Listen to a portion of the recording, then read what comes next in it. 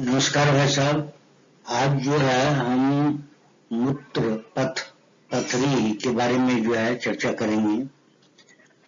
मैं doctor BK Jha DNYS कर रखा हूँ और पिछले 5 साल से प्रैक्टिस कर रहा हूँ।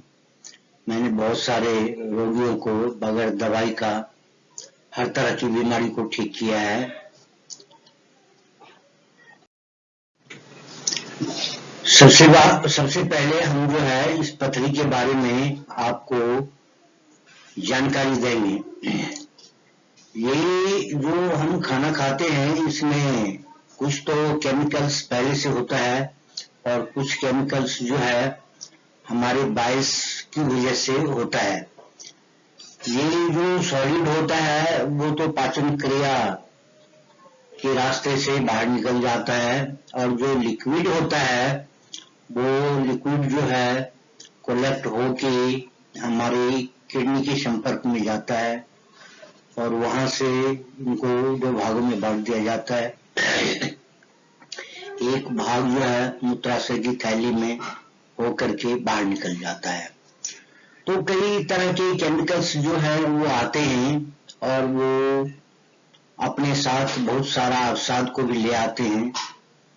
कुछ को तो किडनी जो है ठीक कर लेता है, उसको साफ कर देता है और कुछ जो है वो साफ नहीं कर पाता है, तो उसका एक परत बन जाता है और परत के ऊपर परत बनने से वो जो जगह है वो कुछ डैमेज हो जाता है। उस डैमेज होने की वजह से वहां जो है परत बन जाता है और जब परत मोटी हो जाती है तो हम जो है उसको पथरी कहते हैं। कई दफा वो मसल्स भी होता है और ये एक्चुअली जो रोग है ये हमारे लाइफ स्टाइल के ऊपर निर्भर करता है कि किस तरह हम जिंदगी जीते हैं। ये जो फॉर्मेशन है ये शुरू होता है दर्द से। जब हम पेशाब करने लगते हैं तो पेशाब के रास्ते में दर्द होता है और जल करके जो है पेशाब निकलता है, हमें तकलीफ होती है, हमारा ध्यान उधर जाता है तो हम कहते हैं कि भाई हमें कुछ तकलीफ हो गया है। इनके सिम्टम्स होते हैं पेट के अंदर दर्द होता है। ये तो आइडेंटिफाई करना मुश्किल है क्योंकि हम ऊपर से किडनी को लोकेट नहीं कर सकते हैं, लेकिन उसके आसपास दर्द होता है। ये जो स्टोन होते हैं इसको एक्सेस हीट जो बॉडी बनाती है उसकी वजह से ये टुकड़े टुकड़े हो जाते हैं और कुछ टुकड़ा जो है वो ब्लैडर से निकलने की कोशिश करता है। क्योंकि टुकड़ा जो होता है वो थोड़ा बड़ा होता है और ब्लैडर जो होता है वो थोड़ा तंग होता है तो वो उसमें फंस जाता है और इसकी वजह से हमें दर्द होता है। जब दर्द होता है तब हमें रेस्टलेसनेस महसूस होता है और दिमाग के ऊपर इसका सीधा असर पड़ता है। क्योंकि ये प्रोसेस डिस्टर्ब होने से हमारे डाइजेस्टिव सिस्टम के ऊपर भी प्रतिक्रिया करता है ये, जैसे मुंह में अनावश्यक लार आना, उल्टी करने की इच्छा करना और कई दफे अगर ये ट्रैक डैमेज हो जाता है तो इसमें से ब्लड भी निकलना शुरू हो जाता है। इसका कारण जो है मुख्य कारण हमारा भोजन है कि हम किस तरह का भोजन करते हैं। और कई दफे क्या होता है हम घर से बाहर निकलते हैं तो हमें जो है ना इच्छानुसार भोजन नहीं मिलता है, तो जो भी अवेलेबल फूड है वही हम खाते हैं। तो इस हालात में हमें जो है ना दूसरा खाना छोड़ देना चाहिए ताकि जो रॉन्ग फूड हमने खाया है वो अच्छी तरह डाइजेस्ट हो जाए।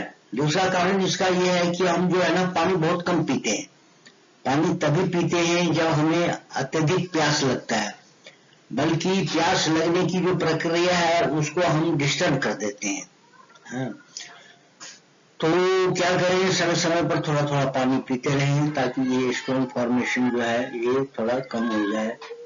और ये ज्यादातर जो है ना एसिडिक होता है, और ये एसिडिक जो लिक्विड होता है यही किडनी में जाकर के किडनी स्टोन करता है। ये तो कहना बहुत ही मुश्किल है कि किडनी में स्टोन है, पूरा ट्रैक होता है वो करीब 8-10 इंची का, और वो कहीं भी वो जमा हो सकता है। जब इस तरह का सिम्टम हमारे को आए तो हमें 3-4 चीजें जो है ना खानी बंद कर देनी चाहिए। स्पाइसी फूड खानी बंद कर देना चाहिए, टी कॉफी, और जो वाइन है वो इंटॉक्सिकेशन, ये सब भी बंद कर देना चाहिए। ये जो किडनी स्टोन है ये मेटाबॉलिज्म यानी पाचन क्रिया के गड़बड़ होने से ही होता है, और इसके अंदर जो हैवी मेटर होते हैं, कुछ जो केमिकल्स होते हैं जैसे नमक होता है, एसिड वगैरह होता है, ये सब क्या होता है वाटर में सोल्यूबल होता है, और वाटर में ये मिक्स हो जाता है। सॉलिड पदार्थ तो पाचन क्रिया से बाहर आ जाता है, लेकिन ये जो है ये हमारे मूत्राशय की थैली की तरफ जाता है, जो किडनी और उस पूरे ट्रैक में जो है ये अवसाद इकट्ठा करता है। दूसरा जो इसका रीजन है वो है एसिडिक फूड, पकौड़ा और फास्ट फूड और मैदा, शुगर, मीट, फिश, एग, ये सब जो है ना एसिडिक फूड है। इनकी मात्रा जब हम ज्यादा कंज्यूम करते हैं तो ये जो है ना एसिड बनाने शुरू कर देता है।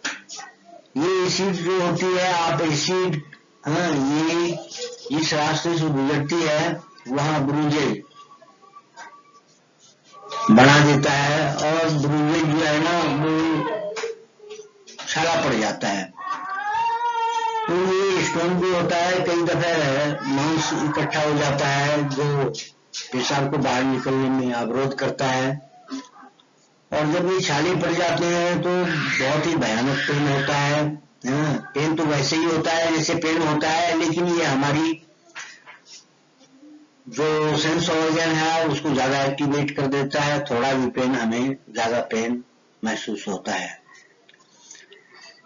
इसका जो प्रमुख कारण है वो एक और भी है जिसकी तरफ डॉक्टरों का ध्यान नहीं जाता है। ये जब हम इंटरकोर्स करते हैं तो इसको ज्यादा लंबा करने के लिए हम क्या करते हैं, सीमेन को होल्ड करते हैं। ये सीमेन जो है बॉडी हीट के कारण ये क्या होता है, वो सूख जाता है, और सूखते ही ये गोला बन जाता है और यूरिनरी ट्रैक में कहीं ना कहीं ये फंस जाता है।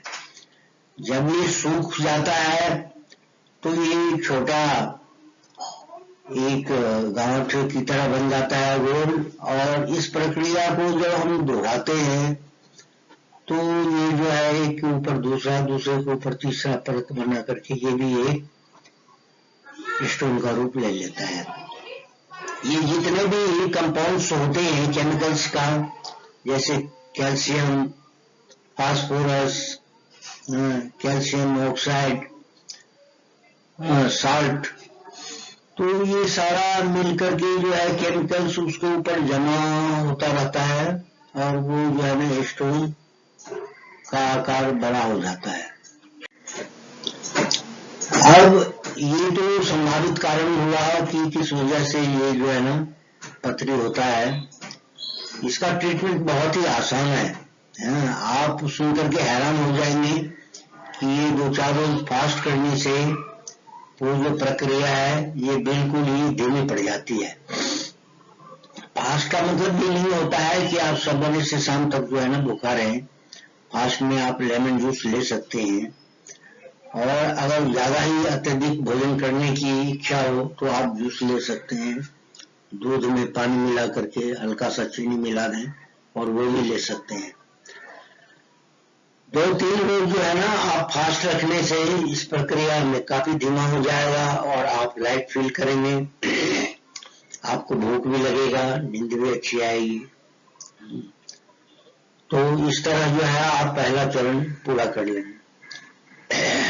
जब आपको यूरिनरी ट्रैक में स्टोन हो जाए, चाहे स्टोन हो या ना हो, मांस ही इकट्ठा हो जाए या केमिकल्स का पड़ती हो, तो आप आसपास देखिए, अगर कहीं नेचुरोपैथी औषधालय है तो वहां जाकर के अस्पताल में 7 से लेकर के 12 रोज तक एनिमा लें।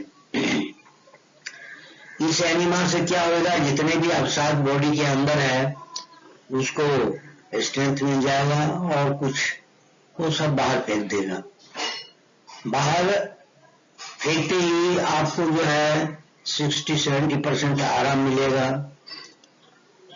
और आप जो है ना एक गिलास करके दिन में कम से कम 15-20 बार पानी पिए, ताकि इस प्रक्रिया को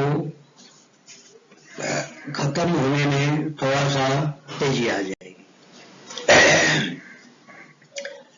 ये जो हमारा एब्डोमिनल रीजन है, इसको ठंडा करने के लिए coconut, palm, date, juice, fruit, vegetable, milk, butter milk, mix milk पानी के साथ जो है ये मॉर्निंग में लेना चाहिए, मतलब first thing in the morning. जब ये थोड़ा सा सिम्टम इंप्रूव हो जाए तो आप जो है cheese, butter, watermelon, cucumber, carrot, ripe banana वगैरह भी खाने शुरू कर दें। कोई जरूरी नहीं है ये सारे इकट्ठे मिल करके खिलाएं, खाएं। इसमें से कोई एक चीज ले लें और नाश्ता कर लें, तो इससे आपको जो है काफी आराम मिलेगा। जब आपको 80% के आसपास आराम मिल जाए तब आप जो है रोटी खाएं, कुर्थी की दाल खाएं। दूसरे शाम को राइसिन जो है पानी में डाल दें और सवेरे उसको थोड़ा सा गुनगुना गर्म करके उसका पानी पी लें और जो है राइसिन खा लें। तो इस तरह आप देखेंगे कि बिल्कुल इम्प्रूवमेंट आ गई है। इसमें जो सबसे महत्वपूर्ण बात है वो ये है कि जिस दरमियान आप इस ट्रीटमेंट के अंदर होते हैं उस दरमियान में मीट, अंडा, मछली, साल्ट, मसाला, शुगर, स्वीट्स, फ्राइड फूड, अचार, बैंगन, ये सब ना खाएं, क्योंकि ये सब जो है ये जहर का काम करता है और जब ये मांसपेशियां आपकी सारे सिस्टम की लूज हो रही होती है तो ये सब चीजें जब पाचन क्रिया के अंदर जाएगा तो ज्यादा से ज्यादा आघात करेगा। हम आपको यही सलाह देते हैं कि prevention is better than cure, so it is helpful if you start caring your health from the very beginning. Patient should not unnecessarily worry about the disease and look forward to life. Life is wonderful. Live it long. Take care of your life.